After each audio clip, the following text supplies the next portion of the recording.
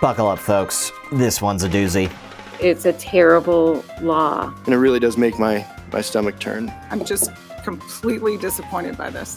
You're going to make me read it now. It's totally unenforceable. It's totally ridiculous. We love the First Amendment with an asterisk next to it. Truck nuts and breasts hanging out all over the place. This is repugnant, and I can't support it. How's it going, y'all? Aiden Anderson here with the Moscow Minutes.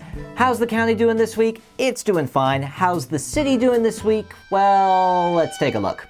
The meeting began on a normal enough note, with proclamation for Bike Month and a proclamation for Public Service Recognition Week, which somehow didn't make it on the agenda.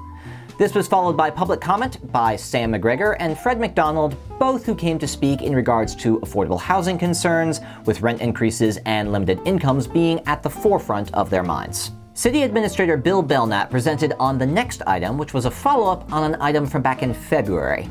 Back then, the Council on Aging and Human Services, operating under the name COAST for its public transit services, presented a request for funding from the city for the purpose of initiating an elder care-focused public transit service in the region between Colfax, Albion, Pullman, and Moscow. COAST returned to the city this week with some updates related to their search for funding. They are quite close to completing their goal, having been pledged $40,000 from the Port of Whitman, as well as $5,000 for a Vista, provided that the City of Moscow matches or exceeds a donation of $5,000 as well. The action on the table was whether or not to pledge that $5,000 donation.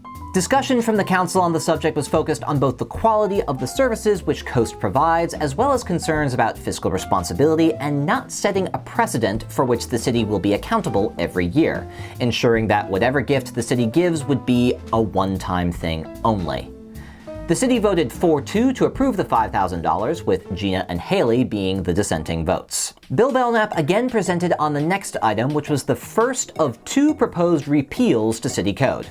The first had to do with daycare regulations. Moscow has had its own regulations for childcare centers for some time, but the state legislature this past year passed some bills which remove the ability for local governments, such as the city, to self-regulate these organizations. This means that the city was required to repeal the regulations contained in its own code and adopt the state's regulations as its own. If we take a look at the state regulations when compared with the city's, we can see a number of differences, some slight and some significant. Staff ratios, which define how many staff members are required per a certain number of children, saw a few changes. The city required licenses and background checks to be renewed and reviewed more frequently than the state now does. And when it comes to training and CPR, the state minimum is 4 hours every 12 months and at least one adult employee on the premises trained in CPR and first aid.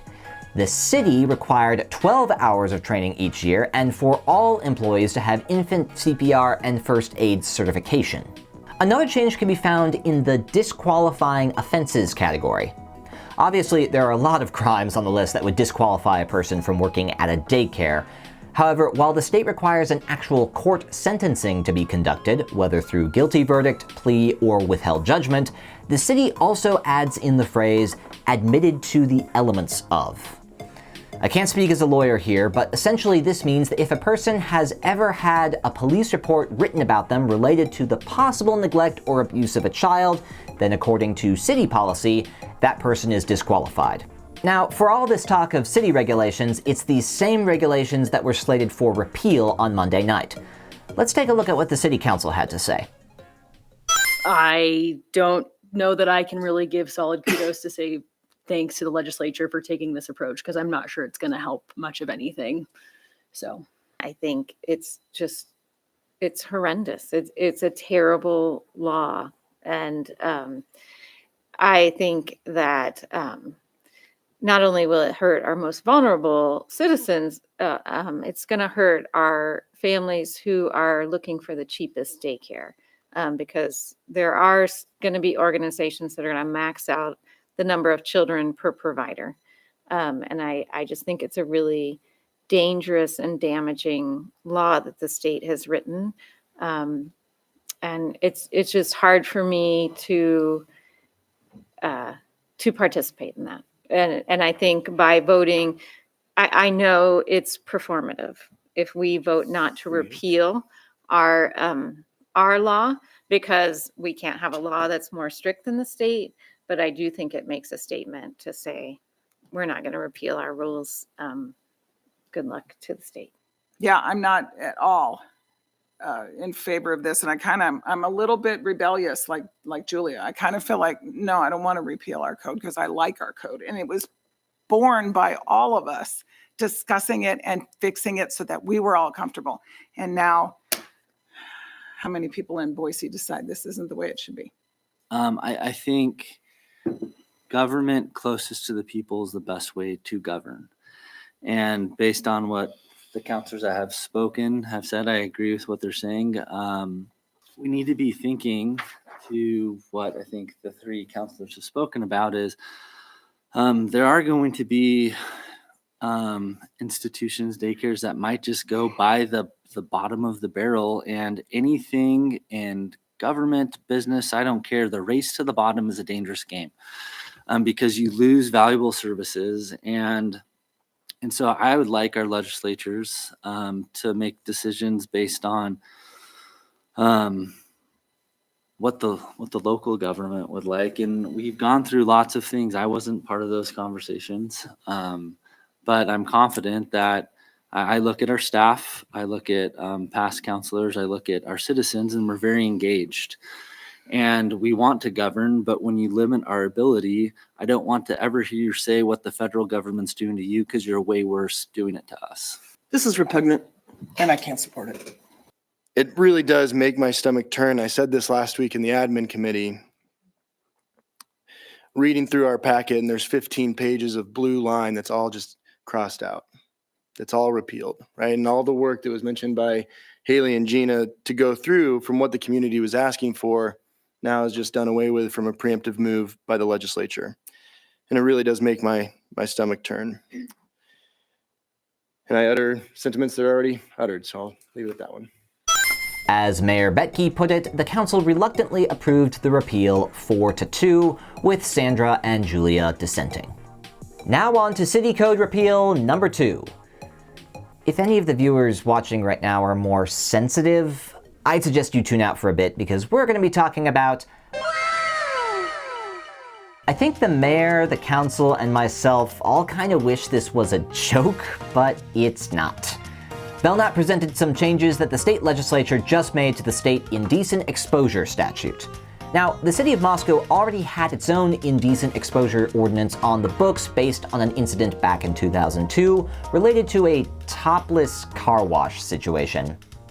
That said, the new statute which the state has adopted is actually broader in scope than the city's ordinance, creating a conflict between the two laws. As such, the city is again required to repeal their own code and adopt the state statute as its own, and in this case it gets pretty weird. There's really no easy way to do this other than just to dive into the text itself. The city's code was dealing with a very particular situation, and so its code is written to reflect that situation.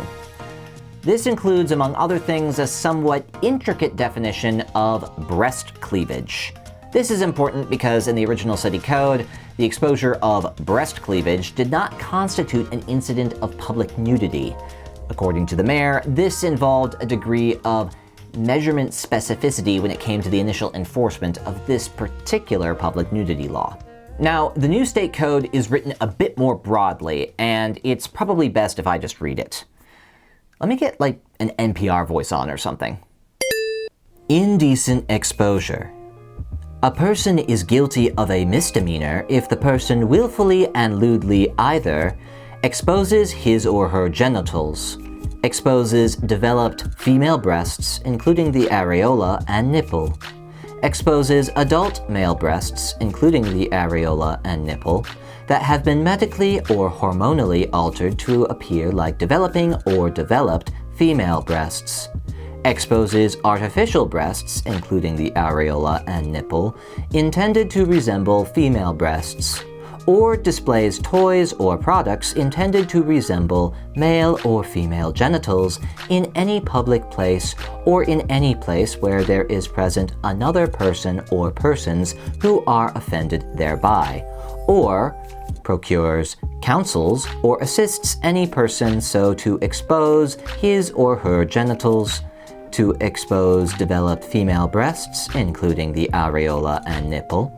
to expose adult male breasts, including the areola and nipple, that have been medically or hormonally altered to appear like developing or developed female breasts, to expose artificial breasts, including the areola and nipple, intended to resemble female breasts, or to display toys or products intended to resemble male or female genitals where there is present another person or persons who are offended thereby. Any person who pleads guilty to or is found guilty of a violation of subsection 1 of this section or a similar statute in another state or any local jurisdiction for a third time within 5 years, notwithstanding the form of the judgment or withheld judgment, is guilty of a felony and may be imprisoned in the state prison for a period not to exceed 5 years.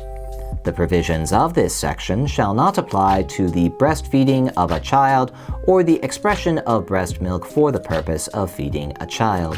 Again, we should hear the council's thoughts on this one as well. The difference between the last discussion and this discussion is that both these rules are stupid. Yeah. Both these ordinances, I appreciate the people that very carefully crafted the one for the city of Moscow, because I know it wasn't easy. I was here at that time. But they're both pretty terrible ordinances. I would say, though, that I can't. I really wanted the mayor to read the states, but now I can't find it, so I'm not going to read it. But it's totally unenforceable. It's totally ridiculous. You know, it makes no exception for art. It's, you know, anything that is the depiction of a breast, the depiction of genitalia. That means you can't have truck nuts, which are stupid anyway. You can't have cupids. You can't have the lady on the mud flap. You know, so just think about how ridiculously unenforceable this is. This kind of stuff is ridiculous. And I would just welcome our state representatives to start eliminating their own codes that they write that are both unenforceable and absolutely ridiculous. As a balding man, I feel like I should be wearing my hat right now with what's going on at the legislature. Please don't. I have no control over my baldness. It's not trying to be indecent, but I feel more comfortable with that. But I just, it's, again, we're drawing lines in weird, difficult places that aren't enforceable. So the point beckons, why make laws or ordinances? And I would like to see things that actually help our citizens rather than lengthy things that most people aren't going to read. And it's political posturing on their part and adding to resumes that they only read to themselves. And so I'm glad you do that. So I could say more, but I don't think I should. But I will keep on my hat if you're okay with that, Mr. Mayor. Please. Okay, thank you. No, I was just shielding myself from I doing thought you were it. getting ready The to. glare can be bad. I think they're gonna have a glare for bald heads next year, and then Probably. I think they're working on it now. They're working on Drew, that. I'm not far Don't give them behind any you. more ideas. So, I hadn't thought about the lack of a clause for art. I never even thought about that. I'm sure they didn't either, our lovely legislature. And I'd love to see them do something about housing instead of Truck nuts. truck nuts and breasts hanging out all over the place. I'm just completely disappointed by this. So what would happen if somebody bears their breasts and like, I'm going to report this, and they take a picture of it? Is that like doubled up then? Just like, I just thought I'd ask. Throw that out there. Can we make sure that Megan and Amanda, both for their art vendors and applicants for our public art, and like apparently now the chamber with the Art Walk quarterly events, as well as Amanda for her vendors at the farmers market, are equipped with communication to share with anyone who may be selling product or displaying product under the umbrella of the city. You mean fig leaves that stick on? I mean, I bought a sticker that from an artist that I really like and appreciate. That was a breast cancer survivor sticker, and I don't want her to get. It was several years ago, and I don't want her to be punished for it. So, yes, Mia will be doing her legislative Great. review, reviewing all legislation passed this year, and advising any departments that may be impacted. cool. We love the First Amendment with an asterisk next to it. And so with that, again, I do maintain that you got to play by the rules to change the rules, and these are the rules that we got written. And Mr. Mayor, I move that we approve the ordinance under suspension of the rules requiring 3 complete and separate readings, and that it be read by title and published by summary. And with that discussion concluded, the City Council, reluctantly, as the Mayor said, approved the code changes unanimously. You can all come out of hiding now. The meeting concluded on a much more normal note. Tyler Palmer presented on the installation of a permanent restroom structure at Indian Hills Park. This project began in 2021 and was the result of coordination between multiple city departments.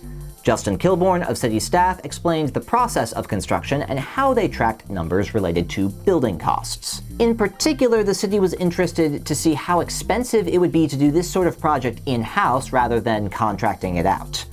As it turned out, they spent $90,000 on this bathroom installation project, with initial cost estimates being around $146,000 and contract estimates proposed at $269,000. As such, the city is looking at this as a test case for potentially expanding their in-house construction efforts. This week has been a wild ride. I don't think I've heard the phrase truck nuts used in a while, and I hope that I won't have to for a while again. Regardless, it's interesting to see that the City Council is unhappy with both these changes based on state law. Changes like this, though made at the state level, can sometimes look different when applied in practice at the local level. And if they are to have staying power at the state level, then they likely need support at the local level. Changes like these are being made across Idaho, and we're not the only city who is looking at implementing and enforcing these changes. We'll just have to wait and see how the cities of Idaho as a whole feel about them. And whatever happens, I'll be here to talk to y'all about it. As always, we'll have the relevant links posted with this video, and if you have any questions, please reach out. I'm Aiden Anderson with the Moscow Minutes. We'll see you next time.